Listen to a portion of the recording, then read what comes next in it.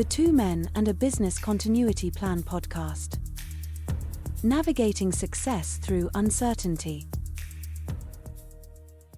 Hello and welcome to our podcast, aptly named Two Men and a Business Continuity Plan with Charlie and James.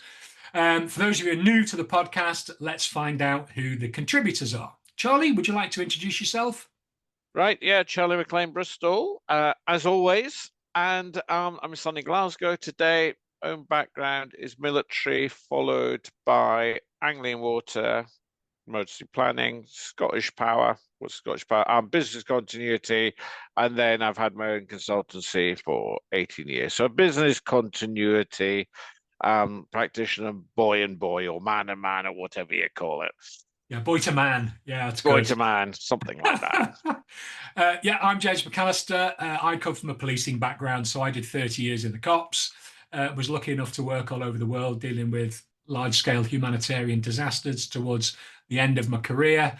And then I've been doing business continuity for the last sort of 20 years or so, the last 11 with my own consultancy. And Charlie and I have known each other for, well, nearly 20 years now, to be honest. So hence why we are contributing together at the moment. And I was just thinking of you the other day, was thinking about the Jamaican response, and I was thinking of your time in the Philippines, and was just wondering whether you were going to be called up to go and save the day in Jamaica, or you're not on that list any longer. No, well, I mean, the problem is with the UK is the moment you're out of the police, in my case, the emergency services, you're no longer eligible to stand. In all other countries of Europe, you stay in even if you come out of your hosting agency, very much like the UN system. But the UK is a bit odd with that, and we don't. So I'm too old for that malarkey anyway now. Anyway, so, like your home comforts too much. Oh God, yeah, I like my feet up in the evening watching Netflix. Why do I want to be eating from a hot can in some miserable tent? I mean, even though it would be lovely to go and help those affected people, I'm too old for that rubbish now. Right, so there we are. Charlie, today our topic is reputation and resilience, how business continuity protects trust. So when something goes wrong in your organization, an outage, a data leak, a supply chain failure, what's really at stake isn't just your operations. It's something much more important, something much more valuable. It's trust. So in this session, we look at how business continuity keeps organization running and reputations intact. So a little bit of background. The public doesn't judge you by the crisis itself. It judges you by your continuity of service and honesty of response. If you look at some of the reputational business continuity disasters over the years, TSB, British Airways, TalkTalk, more recently, Marks and Spencer's, Jaguar Land Rover, and the ongoing Thames Water crisis, none of them lost reputation because they failed. Because failing's okay. Having a crisis is okay. What they actually lost is because they weren't ready to recover and they didn't recover, and therefore failed to meet the stakeholders' expectations. So let's have a look at what reputation really is. How do you define reputation in a business context, Charlie? What do you think? You see, I think it was interesting, this one, because, you know, so reputation trust seems to be the same sort of thing. So I asked my my new assistant, or my old assistant, and they came up, of course, with the answer is that trust is all about your one-to-one relationship with an organization. So if you lose trust in something or somebody or an organization, you have had some sort of interaction relationship with it, and comes with that trust, you have certain expectations of that organization. You know, if you're British Airways and your flight is cancelled, you expect British Airways to look after you because maybe that's what they've done in the past, or you always go with British Airways because you like the airline. So that is trust. In reputation is more about the view of an organization. So you haven't had any interaction with it, but you when you come to that organization or you get your service, and I'm going down the airline route here, Ryanair, you know, you almost come to Ryanair with an expectation of poor customer service. And that might not be because you've had poor services. That's what it's known as. So it comes with the reputation. And sometimes you're pleasantly surprised when it doesn't live up to its reputation. If it does live up to its reputation, then you're not surprised. So I think that's interesting, first of all, sort of set the ground rules of what the different things are. And I think there's But an I mean, interest. can I just add Yeah, about go on. Yeah, just let's on go. Ryanair? I'm going to defend Ryanair slightly. That I have flown with them, cheap and cheerful, a number of times over the years, and actually never had a bad experience. Yeah, I think So I think you're a little bit right there. Sometimes it's the one you hear about is the one you recognize, so it kind of reinforces it yourself. I'm slightly with you. I've been in Ryanair. I've never had a really bad experience, and actually, they're quite good at being on time as well, and they're quite efficient. And they get you in and get you out again. All right, they might have the comfier seats and they charge you for everything, but actually, all airlines seem to do that these days anyway.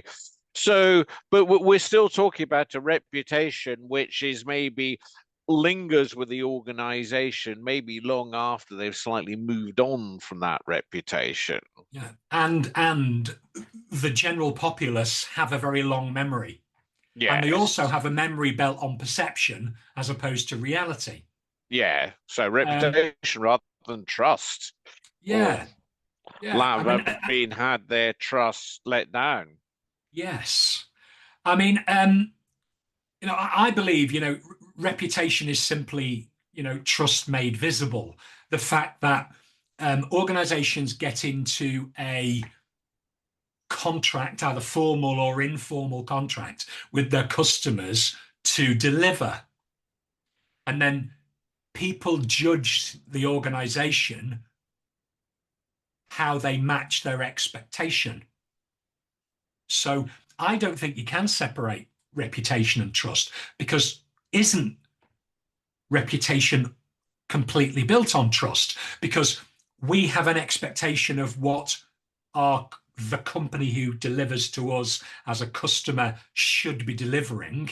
And if they don't match that, they breach Mm. that trust. Therefore, that affects their reputation. What do you Yeah, think? I think there's an interesting thing about, today's society. That sounds like an old person talking. But I think there's an interesting bit about it here when everybody seems to have an opinion on everything, and everyone feels that it's their right to voice their opinion, whether they have trust, reputation, or they have absolutely nothing to do with you. If you want to pile on social media, either because some person you dislike, or maybe some person done a minor bad thing and you want to pile in on social media, all this stuff is sort of amplified and self-fulfilling. And I think we have a lot. Well, the age of deference is long gone, but we have less trust. And I do think we also have maybe less expectation. And when our lack of expectation is fulfilled, we love to complain, we love to really pile in, we love to go mad on social media because we almost expect I almost think some people are almost looking out for people to do a stupid thing, an accidental thing, for organizations to do it so they can pile in and makes them feel good to be able to Mr. Angry. No, absolutely. So within an organization, where do you think the responsibility for reputation sits? Comms, leadership? How does business continuity sort of Well, fit into that? I think every single interaction with that organization leaves, yeah, you must be for your police days that when you go in to burgle a house, you always leave a little bit of you, whether it's the fingerprints there, a bit of DNA here, or a fingerprint here. It's very difficult to interact with something and not leave a trace of you back in there. So I think this happens at all levels. Does it not happen from, when you're speaking to the person on the call center, when you're speaking to them, and that's their reputation of being curt and patient and being helpful and answering the phone with less than 10 minutes. And then there is the kind of there is that kind of marketing piece where the marketing people are trying to sell you things. There's a sort of reputational issue. There's the comms people. You've got your senior management team who might be quite, sort of Branson type out there, or some of the other kind of billionaires we see around about, Gates and or are they? So I think that I think everybody is responsible, and it just really matters how you're interacting with that organization. Whether it's the person checking in on the airplane or whether it's the. So I think everybody is responsible. I'm sure that's the kind of MBA answer is Oh, everyone's it's gonna responsible it's gonna for fulfill all the reputation and needs of organization. the very lovely people out there who want to hear that. It's all about everybody's responsibility. But I mean, I'm really keen on quite a lot because we do both. I mean, I probably do more teaching than you, and you Yeah, do more consultancy than I. But when I'm yeah. teaching, quite often students go, but I don't see the connection between business continuity and reputation. And the way I explain that is business continuity identifies things like MTPD and MBCO. One is the time we must recover by, the other is the level we must recover to, based on an evaluation of our stakeholders, which includes our customers, based on what we deliver for them today. And that is the expectation they have. Therefore, trust is built on that. So, business continuity is looking at protecting our ability to, through the recovery time objective, recover on time. If we recover on time, we don't let the customers down. Therefore, we don't lose trust. Therefore, we don't lose reputation. So, those people who say business continuity has got nothing to do with protecting reputation, I think it's got everything to do with protecting reputation. Because if we deliver what we should deliver through good resilience, we'll never lose reputation or trust. Well, we will, because we could do something stupid like Prince Andrew and Yeah, lose, or trust Tony in Hayward. themselves and trust in the royal family through ridiculous behavior. But through operational issues, we won't lose trust. What do you think? Yeah, I think there's a few things. Obviously, these people have never been on your course and learned all about it from you, but I think there is. I think the first thing, if we get a bit technical here, is going to your MTPD and your unacceptable impacts.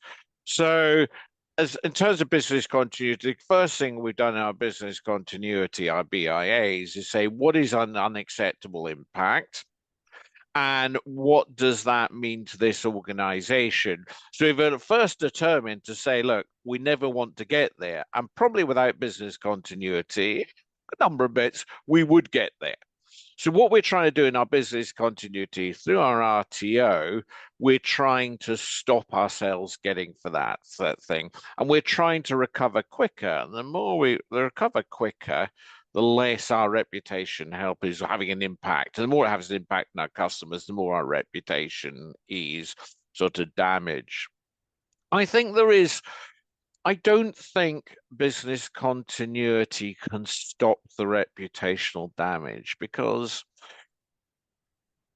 if we're always business continuity. All right, we've got risk assessment and we've got trying to manage out some of those risks. So we're trying to make our more resilient. So we hope these things less likely to happen in the first place. But there are things that is going to happen.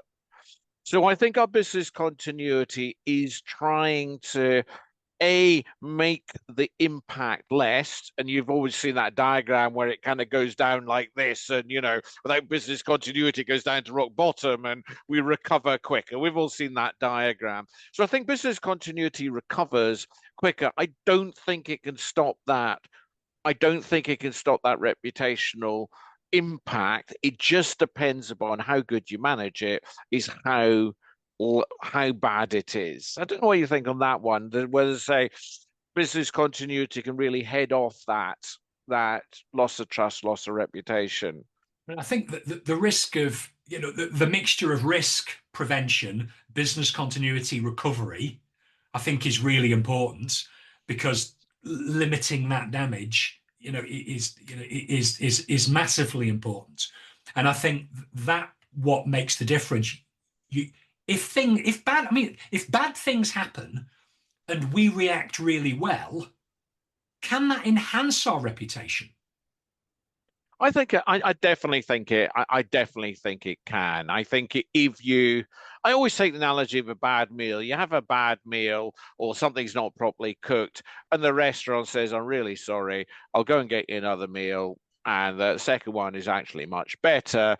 And actually, you think, "All right, that's fine." And then you go away and look at your bill, and you find out you're not paid for it. And you think, "No, that's good. I'm going to come back there because they're nice to me." They made a mistake and now they're getting back. And I've sometimes find very few complaints I have, but occasionally, you've had a complaint of a customer or someone's not happy, and sometimes you go back to that customer and explain what you've done, explain why you do it, or just explain to say, sorry, I was on a bad day. But quite often you can then actually enhance that reputation. You have a bit more time and they understand a bit more of you and why you do things. So I think there's always an opportunity. I wouldn't go and burn the office down just to try and get there. But I do think there's an opportunity to really recover. I was trying to think of some good examples. I'm sure we can think of some good examples of people who've had, kind of good instant management from a bad situation. But I can't just think off the top of my head at the moment here. I mean, Tesco's horse meat scandal was Yeah. one of those that has been put up as um, a great example of how they dealt with that very quickly, and they Hmm. took out the newspaper adverts, apologized to customers. KFC is Yeah, I was probably the just thinking latest that example KFC. where they made a joke out of it. I mean, we can't obviously say what they actually said because it would Yes. be inappropriate to put on the podcast. But if you look it up, they Yeah. they made a joke out of their initials and they made a joke out of what they'd done. They Yeah. dropped the ball Yeah. because they got a new supplier of chicken who didn't supply, and KFC without chicken isn't going to work. But No. they threw themselves on the mercy of the customers by admitting that they Yeah. made a mistake. They told everybody what they were doing about it, and they reacted very quickly. Because I'm keen on. Do you think this concept of, it's called the golden hour, but it's not really an hour. But do you think the fact of detecting that you're in a mess, deciding what to do, declaring it, communicating, and then getting on and solving the problem, and apologizing if you need to apologize, and being open and honest and transparent is an absolute must nowadays? Yeah, I don't know whether it's an hour. Some would say the golden minute. I'm not quite Huh. slightly convinced by that argument. I think I think you have to respond appropriately to the harm caused. KFC did quite well because nobody's going to die. No one's going to die of poisoning. No one's going to, not get their chicken, so something terrible will happen to them, which is something slightly different to an aircraft crash or, where with people's lives at risk, product recall, those sorts of things. So and I think theirs was just talking about the opportunity. There's lots of people, I think, including myself, who said, "Oh, I haven't had a KFC for ages. Actually, I really enjoy KFC. Actually, I'm going to be heading down. You were probably called out. Were you called out to go and buy? I think there was some 999 calls about the complaints about the lack of chicken. Ridiculous. I've got But a video that I use on the crisis and incident management course where it shows children outside KFC's crying in hysterics, and the reporter is going, like, and how do you feel because you haven't got your chicken tonight? And the kids are crying and wailing. For me, I'd be saying it's a really good idea, healthy eating, get them down, yeah, get yeah, them some salads down the neck. But I do agree with you, Charlie, that remember the days where any publicity is good publicity. yeah, And in a way, maybe certainly the KFC, because they made an advertising out of the fact that they dropped the yeah, ball, and it didn't yeah. really damage them. No, I They don't think they it they did. bounced back. I mean, No, what kind of communication do you think? well, How I do you think make communication credible? I think during an the incident? thing is about it is I first think you have to try and think about, apart from reputational management for a second, I think the first thing is to say is, am I going to, by not communicating, am I going to do harm to somebody? So, this is a typical of the cyber attacks when they say, oh, we haven't lost any data. And then 2 weeks later, they come back and say, we lost lots of data. You had the opportunity to warn um, customers that their data was out there and you didn't do it. Now, whether that was negligence or ignorance or on purpose, I don't really know. And there's lots of different cases there. But they had the opportunity to do harm. And I think they should be highly criticized for not doing that. So I think if you hold off because it's embarrassing, or you're not incident management is not nimble enough, then I think you can be rightly criticized. I think if it is a more internal problem, and maybe it's only affecting your B2B business and you're affecting some obscure supplier, then of course you want to talk to the obscure supplier, but you maybe not want to come out all guns blazing, say, I've had a cyber attack, look at us over here. So I think there is that balance to be had of doing it. And I think there's quite a lot of things, especially with cyber attacks these days, where there's so much noise, it's happening, so much people. If you keep it below the radar and be quiet about it, be quiet to don't be quiet to your stakeholders, but if you be quiet to the general public and don't make a lot of noise about it, don't stick it on your website unless people are really looking for it.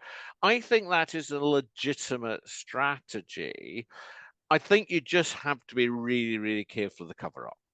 Say, are you covering this up because it's embarrassing to you? And you should have told people, because generally people expect you to do that. So I think that's the balance we have to have at the beginning. And whether that's the golden hour, golden 24 hours, I'm not sure. I think it's on the level of possible damage. Yeah, I mean, it's the balance of the risk of saying nothing versus the risk of saying too much Yeah. is always that, silence invites rumors and speculation, oversharing, unifies people's, creates confusion, distrust, and also gives you the opportunity potentially, if you say too much and run away, inconsistency of message, Yeah. And, and and therein there's lies the always the problem. opportunity to say something silly under pressure. Or, you've seen that so often when usually some people not so self-aware come back on and go and say, oh, but I didn't really do it, this is the reason why I do it.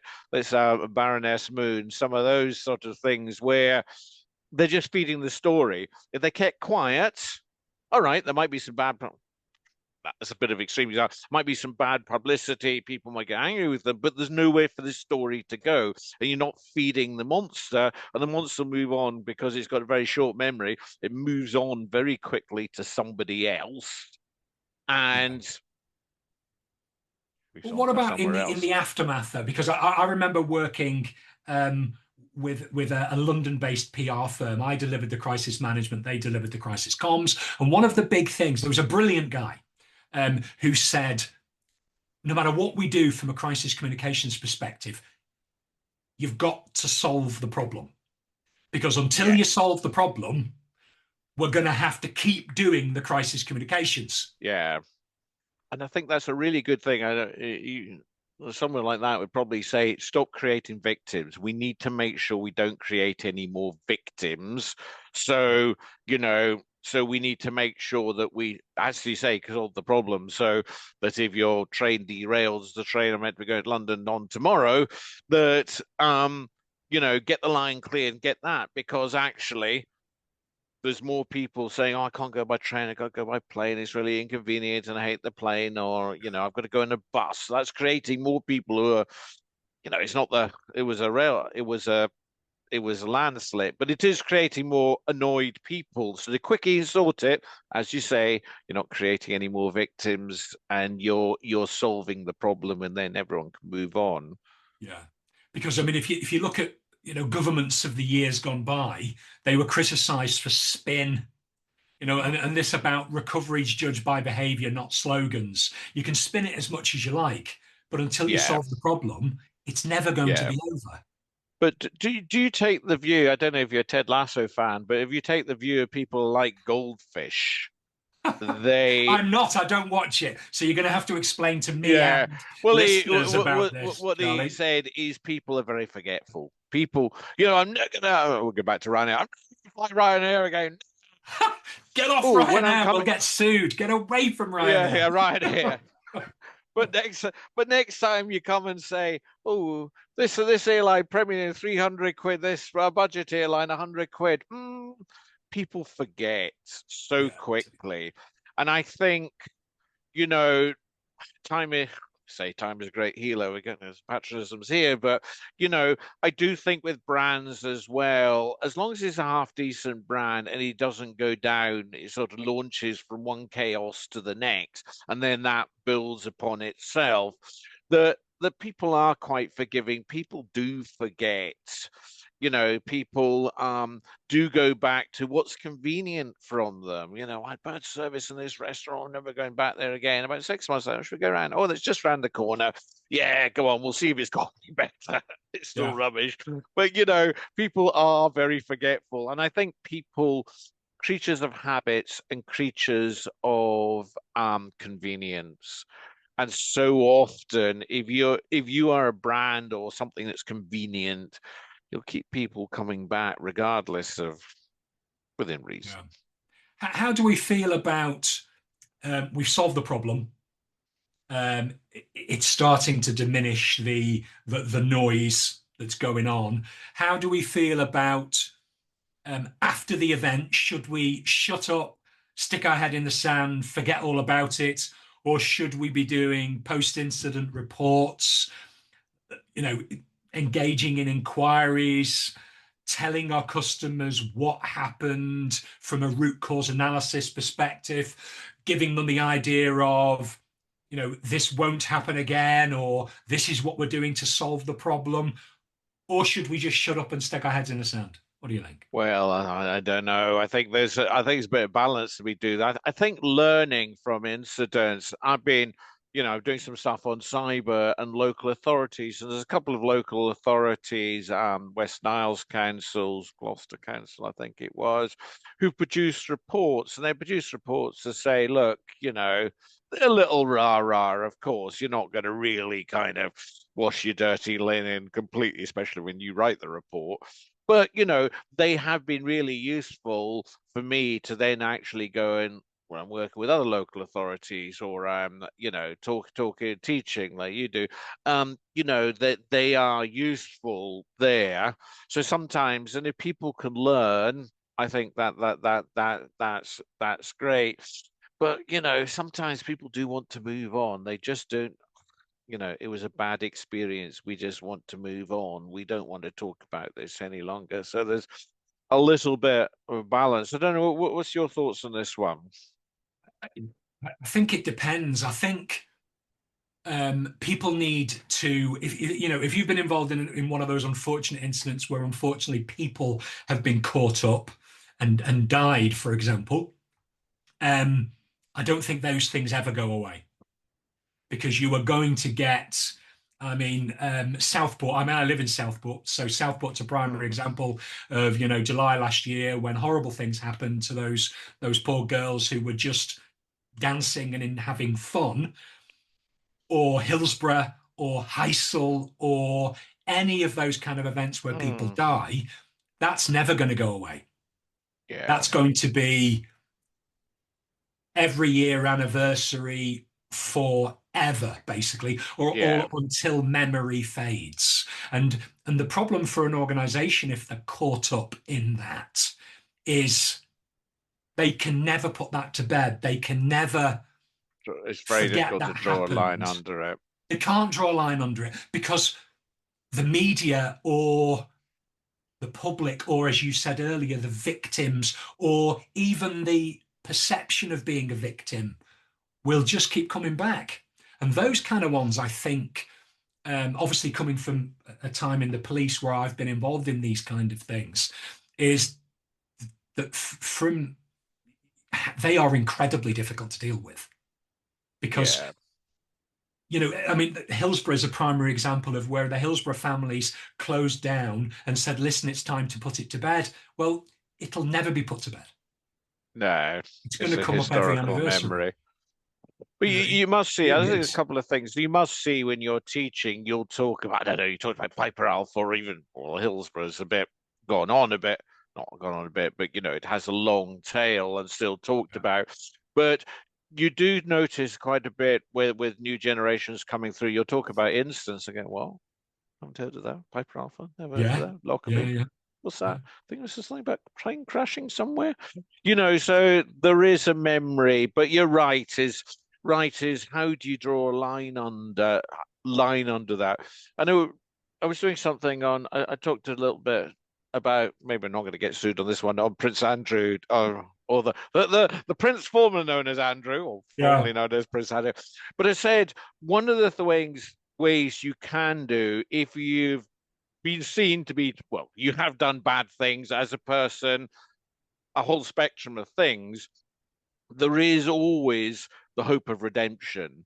That actually what you can do, maybe someone advises him, is then actually disappear from public life and go and work in a women's refuge, or go and work in a soup kitchen, or go and work in stacking, for grocery, people come pick up the groceries. Go and do 3 or 4 years of that, 2 or 3 years of that, of just something that shows to say, look, I've taken this seriously. I want to actually pay back. And Yeah. there's lots of redemption stories like that. And that's quite good for, people have done that. I was just actually in my notes there, I had Stephen Fry, he went to jail for credit Mm. card fraud. But, not many people talk about that national treasure. But, he has done his time early in the stages and built back. So, but I just wonder whether you could have redemption for companies or organizations. Will organizations always be tainted by something bad they've done? Is there redemption for organizations? I'm not sure. Well, I mean, there are plenty of organizations that are incredibly successful, but still have in certain areas a poor reputation. It might be the fact that, environmentally they're not particularly friendly. So with a Hmm. certain sect or group, they have a bad reputation. But for the rest of us who maybe aren't Yeah. that environmentally concerned, it doesn't matter. But I think it's if you alienate your entire customer group, it's the end of your world as an organization. But what about That's the something, problem. and this is from the police thing. What about something like the Metropolitan Police? Can they, that there is a drip feed of things, and I'm sure with any large organization like that, with an operational organization for lots of people, that if you go looking for bad things, you can find bad things. But Yeah. they have got that constant churn of, there's another thing in the papers, another thing in the papers. The RUC was disbanded and resurrected as the police services in Northern Ireland, and that has been, I think, relatively successful. Metropolitan Police, I don't know what you think of from an insider on that thing. Is their reputation shot to pieces, Yeah, but or they've got is a it monopoly. They've actually? got a monopoly, Charlie. They've got. Yes, but I mean, my God. I mean, I've been out with the police 11 years, so yeah, 41 years. The first thing I did when I joined the police, and I was in Merseyside, was the Met always had an awful reputation. And the problem is they've got a monopoly.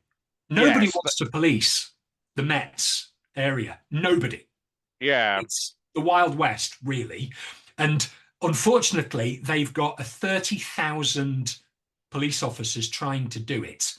yeah, You recruit from your community, so the police isn't a special case. They reflect the community of which they yeah, serve. So therefore, you are going to get bad apples because yeah, there's bad apples in the community, there's bad apples in the cops. And no matter what you do with vetting or whatever, you're not going to rule them out. But the thing about the Met is they've got a monopoly. You can't replace the Met.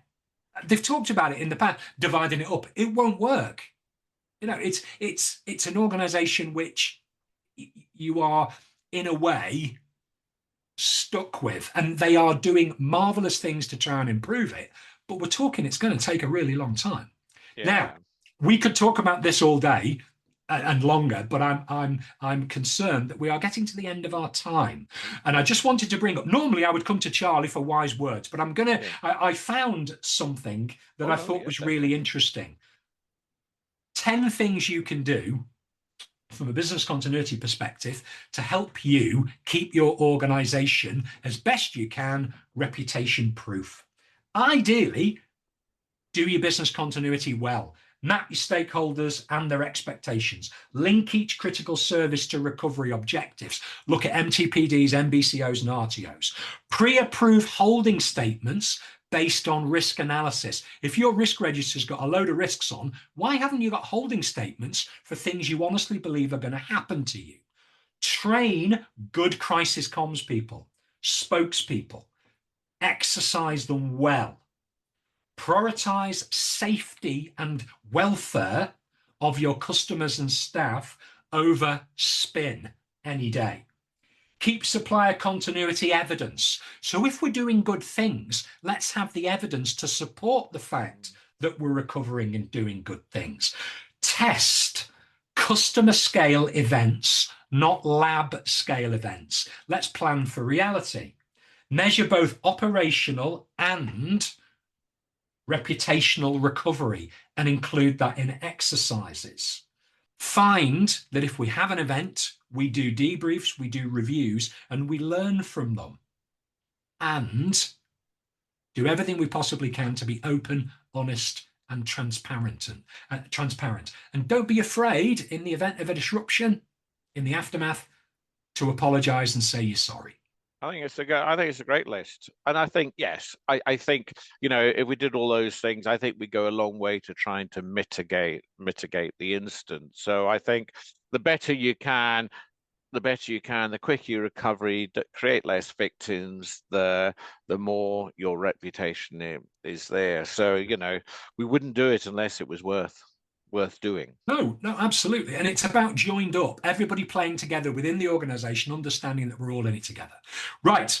Charlie, I'm afraid that's it for us. Thank you, everybody, for listening. Remember, we are on multiple podcast sites. Thanks from us, and we'll see you next time.